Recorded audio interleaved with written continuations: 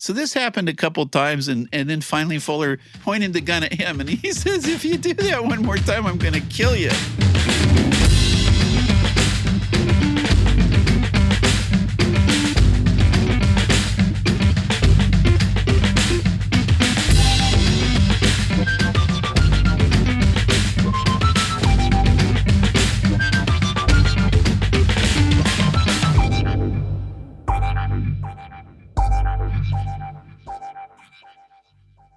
Welcome to Atypical Daydream, a podcast about life on the road. I'm Josh, your host, and thanks for stopping by. My first guest is Kent Adamson. He's a producer and a writer living in Los Angeles, California. In all the years that I've known Kent, he's never run out of great stories, and this episode is no exception. High in the mountains above LA, Kent shows us what it takes to stay cool among Hollywood royalty.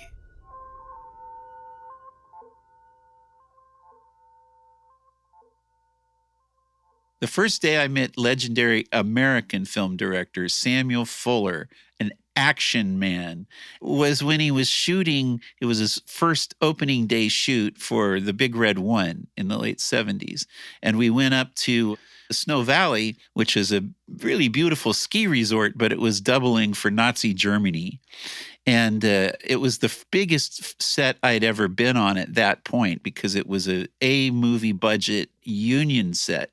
So, and I didn't know what to expect. I had never met Fuller before. I had seen his movies a zillion times, and he had made many great ones, which were, in the 60s and 70s. Well, he was still working in Europe and Hollywood. He had also become a legend in the revival houses for movies like The Naked Kiss, Shot Corridor, Crimson Kimono, like one of Robert Ryan's best films, just these amazing movies. My favorite was always Pickup on South Street.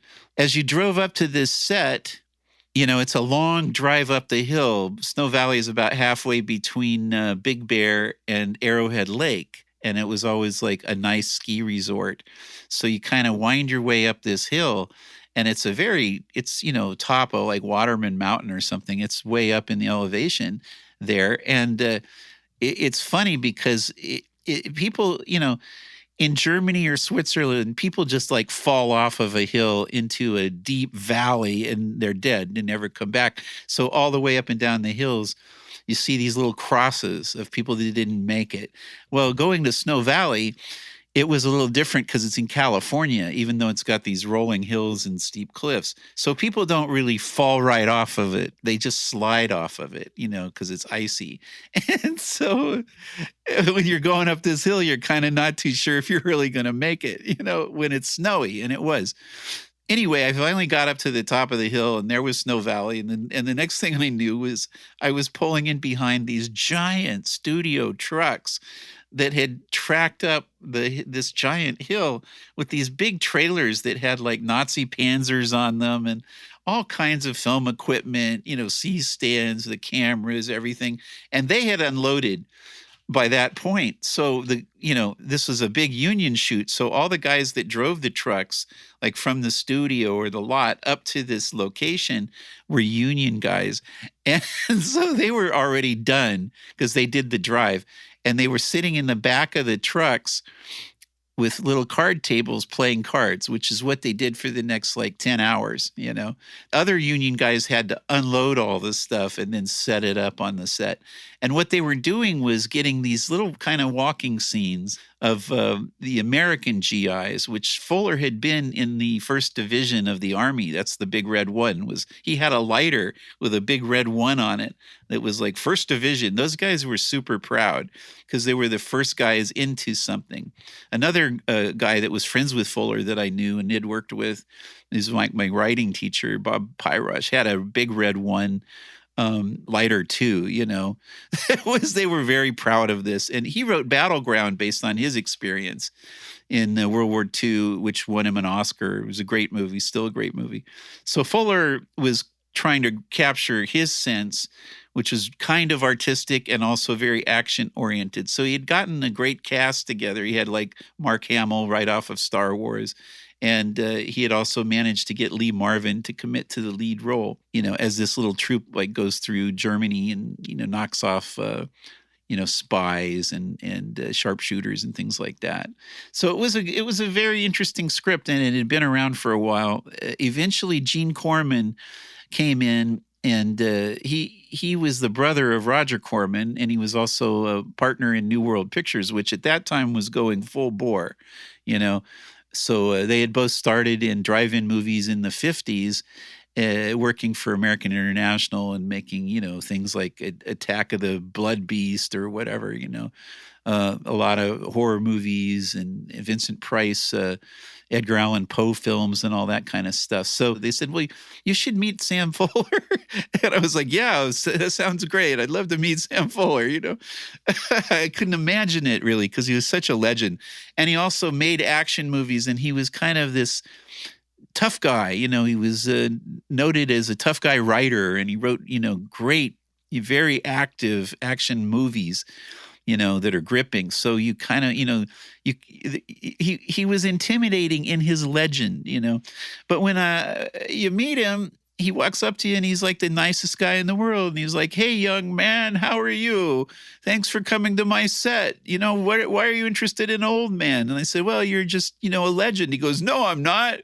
But he was reputed to always carry a pearl-handled pistol on the set to call action and to solve any problems, right? So this was his rep. But he was really a big sweetheart and a nice guy. And at the set, he had his wife, Krista, who was amazing, wonderful German girl who'd, played in Alphaville by Godard, with Akim Tamiroff. So that was legendary, And then they had their wonderful daughter who was only 2 years old, Samantha. And the main thing that they had to do with Samantha was just keep her quiet because she loved her daddy. And when he was like directing, she just wanted to run over and, give him a hug and say, Daddy, what are you doing? This kind of stuff. So they had to, so Krista had to kind of keep track of her and, Samantha, get over here, leave your father alone, because he's actually directing a big budget movie. Plus the press was there because this was his first day shooting this film. So they had Time Magazine and all these guys that they took up a whole table at lunch. So it was very exciting all the way around. And as long as you left the crew alone, who were playing cards in the trucks, no problem. They'd say, whatever you do, don't bother the Teamsters. I didn't even know what that meant, but I was like, okay, I won't. And then also Lee Marvin was there, and they'd say, don't bother Lee Marvin. Just leave him alone. That's the best thing you can do with Lee, So I was like, okay, whatever. I was just a kid. I was probably like 19 or something. Anything they said to do, it's a big set, so you don't want to get in trouble. And at one point, they started yelling for people to shovel snow. Like, come on and help us shovel snow. Because they were going to shoot this section where the American GIs were hiding down below this little snowbank as these big Nazi Panzers drove by. And they'd gotten those things off their trailers, and they were actually running and, noisy tanks rolling by. So it was a great shot. So they shot for, quite a while, the entire day. They broke for lunch. They had a big lunch with all the press where they interviewed Fuller, who was absolutely on. He had his pearl handle revolver and he flashed it around and whatever. And Roger Corman had sent over first AD, who was very aggressive. This guy was kind of a legend in the Corman world because he had sued his way into the Directors Guild. He was just super aggressive, where nobody could get in the Directors Guild unless they were related to somebody or something like that. And this guy came out of nowhere and sued him and said, it's restrained trade. You can't keep me out of the Directors Guild. So they let him in. So they love that. The Cormans love stuff like that. Tough guy, made his claim and won. So they put him on. Well, the thing was that when Fuller was ready to shoot, he called action with his revolver, So he pointed it in the air and fired it off. Well, this guy in subsequent shots as the AD, he would call action ahead of Fuller shooting. He'd go like, action, and everybody would look at him, and then Fuller would shoot the gun. So this happened a couple times, and then finally Fuller pointed the gun at him, and he says, if you do that one more time, I'm going to kill you. Now, his gun only had blanks, but that was his sense of humor. And you can feel it in his films. So it was an amazing day. It was one of my favorite days of my entire life. It was so incredible. You couldn't believe it. But the thing was, I thought, I can't not, I kind of have to just, cinematic, cinephile obligation, say hello to Lee Marvin. And so I said, well, I'm going to ask somebody, because they told me to not say anything. And he'd been kind of standing over in this snowbank by himself most of the time. He didn't eat lunch. And they said, well, he has a cold and he's in a bad mood and all this kind of stuff. And plus he's Lee Marvin, whatever. And Lee Marvin at that time was probably like one of the most macho actors, and had been for decades, all the way back to working with Brando, in The Wild One. He was always like tougher than Brando, macho dude. And so everyone was in awe of him. I was in awe of him. And everybody on the set was in awe of him, and he wouldn't talk. So that was even more interesting. And as I watched him, I realized that he was this big macho guy, was smoking these long, thin cigarettes that were mainly marketed to society women, called Moors. I don't even know if they're still around, but they used to have like differentiation of cigarettes, and only like you'd go to a party and see very elegant women smoke these Moors. That's or a screening or something like that. And so it was just kind of like this weird disjunction that, there's the most macho actor in, the world smoking these cigarettes. That's really weird, but I thought, well, maybe he's like kind of cooler than these people are saying, because he's just like, whatever, an open guy or something like that. So finally I trudged over there towards the end of the day, after he'd done his bits and whatever, and retreated to his favorite spot and wouldn't talk to anybody. And I just said, like, hello, Mr. Marvin, it's an honor to meet you. And I just wanted to say how much I have always appreciated your work, all the wrong things to say. So he just looked at me like with this stare, like he was going to, hit me. Just total deadpan, Now I'm getting scared, and I don't know what do you say? How do I get out of this? He didn't say anything. And he just leaned his head back and put his finger on one nostril, and then thrust his head forward and blew a giant wad of snot in the snow. And that's all he had to say to me. So I was like, well, hey, that's actually pretty cool coming from Lee Marvin. I felt great about it. And it was really better than a handshake from a guy with a cold anyway, right?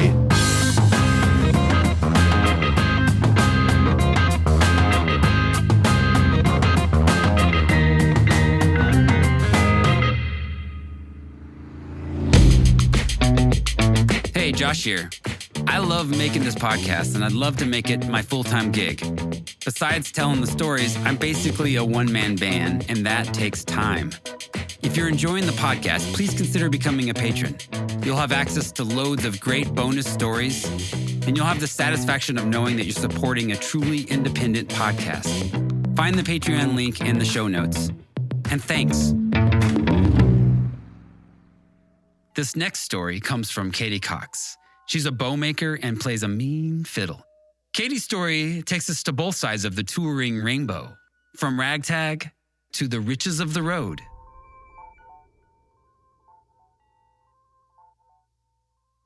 I play fiddle, and I got into touring. I was living in New York City, and I had a job that was really cool, but I didn't really want to do it.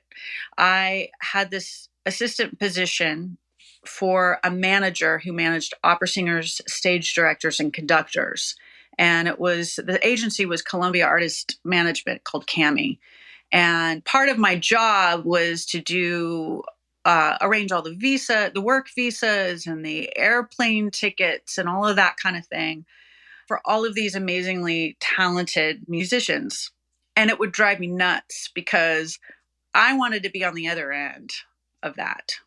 So that's what kind of like sparked my initial pursuit. And at the same time, I met this guy named Izzy Zaidman, and he wanted to start a speed metal punk rock bluegrass band. And he had the brilliant name, which I'm slightly horrified now, but he called the band Uncle Fucker. And we had dancers called the Fuckerettes, and everybody wore like matching purple metallic slutty outfits that were cowboy themed and fringe and all of that. And so this was my bold move into the world of the unknown of touring. And he would book these tours. He would somehow find these vehicles, first of all, these sketchy vehicles that he would find on Craigslist and buy them. And one of them was this bus. And him and his carpenter buddies like built out all these bunk beds in there. And in the beginning, the other dancers, I was the fiddle player in the band, but the dancers were female. Everyone else was male. So in the beginning, it was just me and a bunch of dudes. And they were all young and like super hungry to just like get out there and party and like live like these rock stars. So we would go, like one time he was just adamant on having this banjo player. So he found, in addition to finding this bus on Craigslist, he found a banjo player on Craigslist. And we didn't know really anything about him. He booked some weird tour all the way down to Georgia, actually down to Florida, and then back to New York. I didn't know where I was going. And we didn't know how much money we were making. We were just like doing it. I don't know how the hell we did this, but how we would find places. We would either sleep in the bus, or one of the guys, part of the way we would find a place to crash is that they would pick a girl in the audience, and one of the guys would hook up with that girl, and that poor girl just had to have all of us sleeping in her living room. I mean, this bus was disgusting. I mean, these guys would pee in water bottles. So the water bottles were all rolling around. This was the roughest tour, by the way, that I've ever had. It was the beginning. I learned a lot since this moment. But like pee bottles were rolling around. It was just, I don't think we ever showered. It was just like disgusting. And one night in particular, I wanted to get into a motel. And so I got a cab and I just found a motel and I told them where I was going. Everyone got really drunk and just crashed out in the bus, except for me. Well, the next morning, the banjo player who we didn't know took the bus and just decided that he was going to start driving it, even though he was just blasted. And he drove it in the middle of the night through a car wash that wasn't prepared for a giant bus.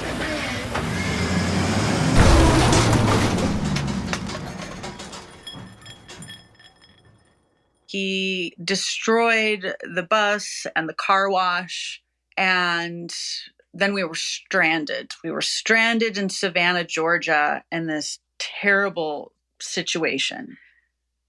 The next day, the banjo player, he disappeared. He was so ashamed and horrified. He got his banjo in his bag, and we never heard from him again. I never saw this man ever again. So, and apparently the car wash and the police came, the owners of the car wash and the police came, and somehow these guys got off the hook. I was not there. And then we found a place to crash from one of the fans, this guy named Russ, who was a skinhead. And he was very nice, apart from being a skinhead. And I remember him very well because he introduced me to a Jäger bomber. And he used to think it was hilarious to spit out his teeth, flip it with his tongue, and suck his teeth back in. That was probably the roughest, most craziest kind of touring with that band. It was just like, I was so past my comfort zone that it really cracked me open as a musician. And because I feel like I'm a very shy person, but every once in a while that wall comes down and I can really perform. And I think I owe a lot of that wall coming down to that band that I was in. I mean, another band I was in, we toured multiple times through Germany, and they just do it right there. Man, they do it right. Yeah, this band, it was a trio, and it was an acoustic trio called Shotgun Party. And the tours that we would do were called the Bluegrass Jamboree. And this man named Reiner Zellner, who's a major bluegrass fan, would assemble these tours. And he promoted these tours. He arranged all the details. We would always have a really clean hotel room to stay in every night. We would always have meals ready when we needed to eat. We had all of our transportation taken care of. He did all the promotion. I mean, honestly, once I got to this point, I was like, oh, this is what I originally wanted. Not this, I wanted to have someone take care of the visas and all the things that I was doing. And I fell off of that reality into the Uncle Fucker reality, which was, valuable. But eventually I would do some tours like this Germany thing. I mean, I always thought that a good industry would be a therapist that would specialize in being a therapist for a band or any kind of traveling group, because you're sharing the same space. And also you're clocking a lot of time when you're bored together. And what a way to get to know people when you're bored. And you just, I don't know, you got to figure out how to like put up some kind of invisible wall to feel your privacy and like breathing the same air, like coming up with new things to talk about. And like you start to know that the bass player smacks a lot. And I just like, that would drive me crazy. And like, all their little things. And that makes it so that you actually become extended family in my book. I mean, you get close, you argue, and you get through those arguments. And in this day and age, especially as an adult and with social media, you don't have to be friends with someone if you don't want to be, unless you have to work with them. And, playing music and being in a band day in and day out, you're forced to figure out how to get through conflict. I really appreciate that. And every single person I've ever been in a band with, I am still connected to forever and ever and ever. I mean, Michael Cleven and I feel that with him, and he's freaking playing at the Grammys and doing all this stuff. And I'm just like little old me still in Austin. If you don't know who this guy is, you should look him up after this. He is seriously probably one of the best fiddle players on the planet. And I am so inspired, and I'm stunned that I got to spend any kind of time with him. But he holds his bow like a baseball bat, and he is blind, and he's got a hair lip, and I think he's deaf in one ear. And I saw him when he was a kid at a bluegrass festival one year, many years ago, and I couldn't believe it. I couldn't believe this person. Anyway, and I ended up on a tour. My band opened up for his band, and we were in the same bus for a little over a month. So we played shows like every night, and he would sit and play music with me for hours. And I treasure that time deeply, because also just getting to know Germany, it was my first time there.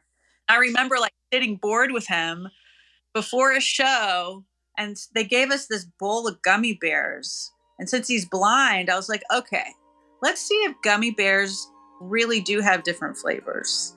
So I put out all the gummy bears, and we did a taste test. And apparently the only one that tastes different is the white, just so you know. I want to thank Kent and Katy for sharing their experiences. Make sure to check out Katy's band, Tiger Alley. You can find them on Instagram at Tiger Alley Music.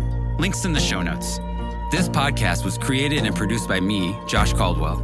Music by Visual Aid, my side music project. General support and copywriting by Miranda Caldwell. If you like the show, please follow, subscribe, rate, and review wherever you listen to podcasts. And if you'd like to financially support the show, check out my Patreon page. You'll have access to loads of great bonus stories.